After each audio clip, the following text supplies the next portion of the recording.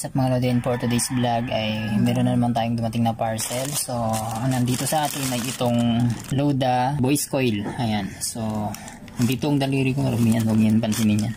Kaya galing ko lang sa work, so unbox na natin para may check natin kung okay na to. So iba pala ay i-replace natin dito sa ating ordinary na microphone. Natanggal na. So free nga pala to ng nabili ko na speaker. So ito yung kanyang voice coil, tapos ito yung bago na in-order ko. So kahit na ordinary yung ating mic, basta yung voice coil na ipapalit natin ay maganda. So ito na, basta na natin. Hindi naman kamay ko, puro semento mga lodi. Galing ko lang sa trabaho ko. Natin to at excited na rin kumanta. Ayan. Kano nga to? 179 ba? 184. Ayan. Loda. So ayan, para lang tayo magbubukas ng wedding ring. Sana all. Siya mga lodi. Plastic, tapos leather yung ibabaw. Ito na ang ating voice coil. So yung iba nakikita ko pag nagpapalit sila ng voice coil na Loda ay yung kanyang wire ay wala pa siyang wire na nakakabit dito. So dito ay meron na, nakaabang na siya. So hindi na tayo mahirapan kung saan yung kanyang polarity. Kasi yung ibang nakikita ko na nagbablog ng Loda na voice coil ay wala pang nakakabit na wire. So dito meron na, hindi na tayo mahirapan. Ayan siya, hindi na natin ito kakalasin. So kailan natin kung kakasya siya dito. Ayan. So wala tayong power ngayon dito, hindi natin siya mahihinang.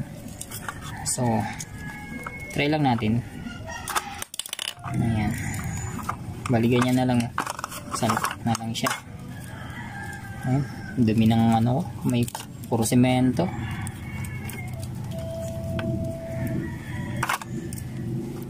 Ayan, salpak ka ng ganun.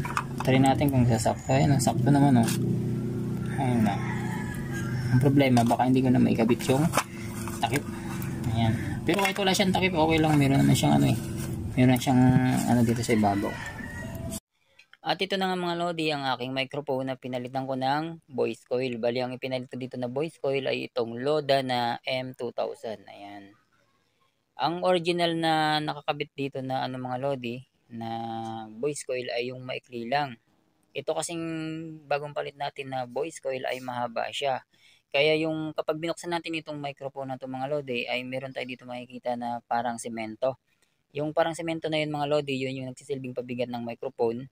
Kaya ang ginawa ko mga lodi, para magkasya itong voice coil na ito na Loda, dahil mahaba siya, ang ginawa ko ay binawasan ko yung pinakasemento niya sa loob na nagiging pabigat nitong microphone. Bali, para maputulan natin siya mga lodi or mabawasan, ang ginamit ko nga pala na pamputol ay yung grinder na ang bala niya ay tinatawag na diamond disc. Ayan. So yun nga lang ang problema, kapag wala tayong grinder mo yun, kung may mahiram man kayo, manghiram na lang kayo. Kasi kapag nag-DIY ka talaga nito, kapag hindi siya magkasya, talagang obligado tayo na bawasan yung pabigat niya na semento dito sa loob ng microphone. So gusto ko sanang ipakita sa inyo yung pabigat niya na parang semento. Kaso nga lang itong voice coil na to ay nakadikit na dito sa microphone. Ayan, dinikit ko na nga pala siya ng ng T7000, yung pangdikit ng LCD ng cellphone. So ayan, bali meron nga palang isang klase pa ng pabigat mga lodi dito sa microphone. Yung isa yung tingga ata yun, yung kung hindi ako magkakamali, or bakal din siya.